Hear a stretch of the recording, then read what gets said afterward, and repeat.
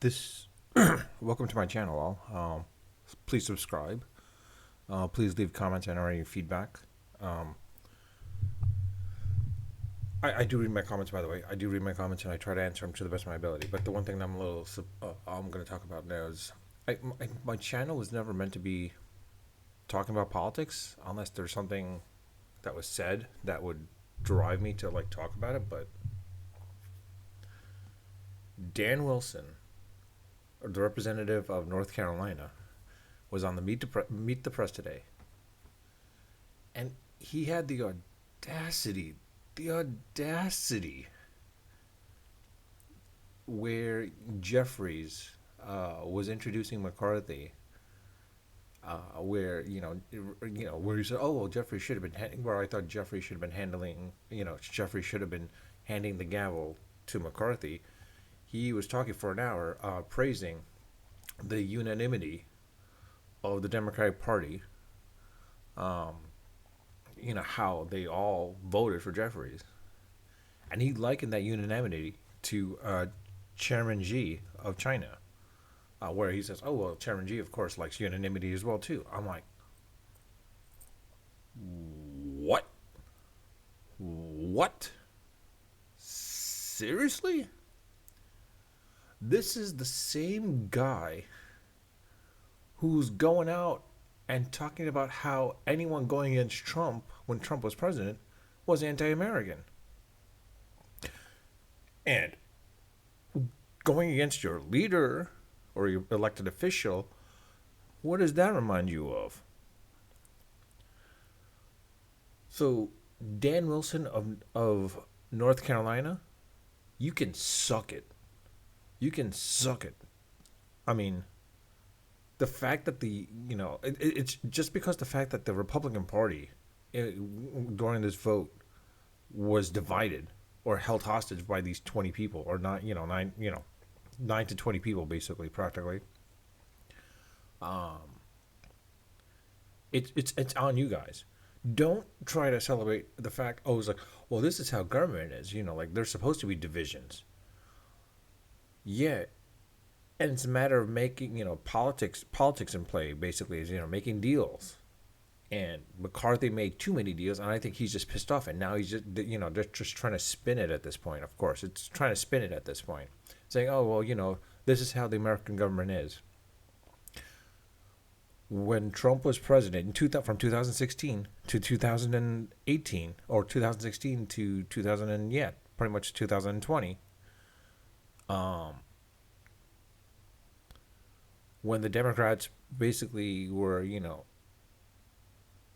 essentially staying, going against Trump here and there, the Republicans are go, "Oh, you're going against America. You're going against America. This should not be it." And then now, so all this, I mean, the hypocrisy. I love the hypocrisy of this. The hypocrisy of American politics. And it's not just on the Republican side, it's also on the Democratic side, too. It's also on the Democratic side. The hypocrisy of that situation. So please, when people say, "Oh, well, yeah, the Republicans are hypocrites," no. Both sides are hypocrites. Both the Republicans and both the and the both the Republicans and Democrats, on both sides, they're both hypocrites. Um, it's I mean, there are definitely moderate Republicans, of course, that are, I don't want to say anti-gun, but more of like yeah, anti-assault weapons. Like you don't need to have assault weapons being sent in children's hands. You don't need to sell them out to whomever, like to particular individuals and such. I think they want background checks for sure too. I mean, honestly, Liz Cheney, Liz Cheney, your martyr Republican, who went against the fold and ostracized, and of course lost as a result of it. But she was one of the good ones. She was one of the ones that represented what the Republican Party was during the Eisenhower era, during the Lincoln era. It's what these Republicans are now are not what they were 40 to 50 years ago. 60 years ago, sorry, 60 to 70 years ago. I mean, in the 70s and 80s, it changed dramatically, of course.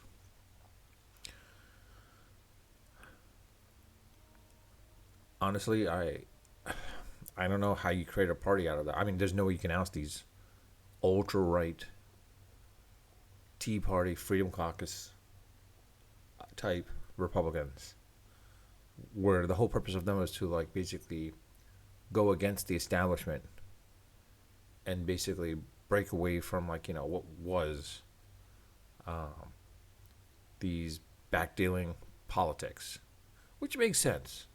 But they're doing the exact same thing. So hypocrisy plays a huge factor in this case. But Dan Wilson going on Meet the Press and basically saying what he said, likening the Democratic Party choosing Jeffries to, and like kind of lauding. I'll admit that's true. Jeffries was over lauding it a little bit by basically going over an hour, talking about Pelosi and such, and how the Democratic Party are unified. I mean, they didn't need to go for an hour for that, practically. I mean, or whatever it is. He wasn't. No, I don't think. Oh, Jeffries was.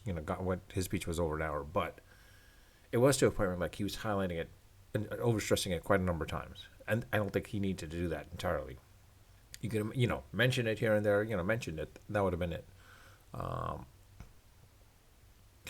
but I think it was more of a case where because they knew it was on primetime TV at that point, people were watching. And I mean, it's the same thing. I think McCarthy, not McCarthy, Gates would have done the exact same thing, knowing full well if he had the shot, he would have said the exact same thing practically, but moreover, um, for his benefit more than anything else.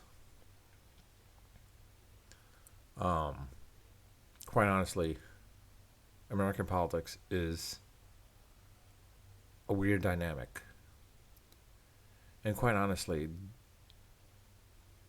it's a case where being representative, being a senator, it was meant to be short term, where the whole purpose of it is you were supposed to represent your community, meaning it was meant to be to the point where like you go in, represent, and then get out. You don't become a career politician. You still have a job in that situation, and that was the whole purpose, I think.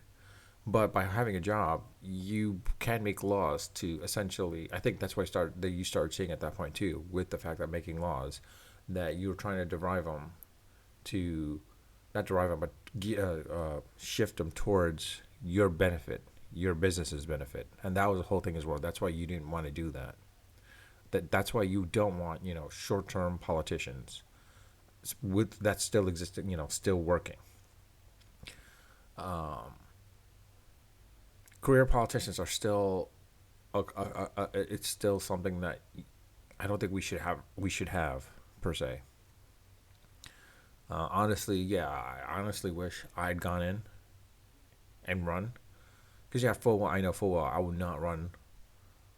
Maybe a full 2 terms, maybe that's it. Full 2 terms, and that would have been it. I wouldn't be a career congressman, career representative. No. Would I try to wreak havoc and try to create waves? By all means, yes. I mean, if you've seen my channel, you would have known full well I would be going. I would have gone crazy and like publicly humiliate every. Honestly, if I had the shot, if I let's say hypothetically, if I was in the as part of the balloting, oh yeah, I would have actually done something where I would have tried to filibuster myself into it by going and basically constantly talking without yielding and constantly talking and publicly humiliating all 433 representatives, some form or manner, basically, just to show just to show the stupidity of such not such process, but the stupidity of what was going on by holding 9 to 20 people holding the entire process hostage. But that's just me. And yeah, it's for me. It's saying it in hindsight, basically. I mean, if that was the case, I should have ran if I did. But the thing is, like, if I ran, I probably wouldn't have won, honestly. And even if I did, I don't have the money to run. I mean, I wouldn't want I wouldn't want money from donors or super PACs or such, because I don't want to be indebted to people. That's one of the things I think people notice in my views. I don't like to be indebted to people. But in any case, this is something I just had to get off my chest, because after I see that, I'm like, he did not just say what he just said on Meet the Press, but he did. Um, well, in any case, that's pretty much it. If you have any thoughts, comments, feedback, please let me know.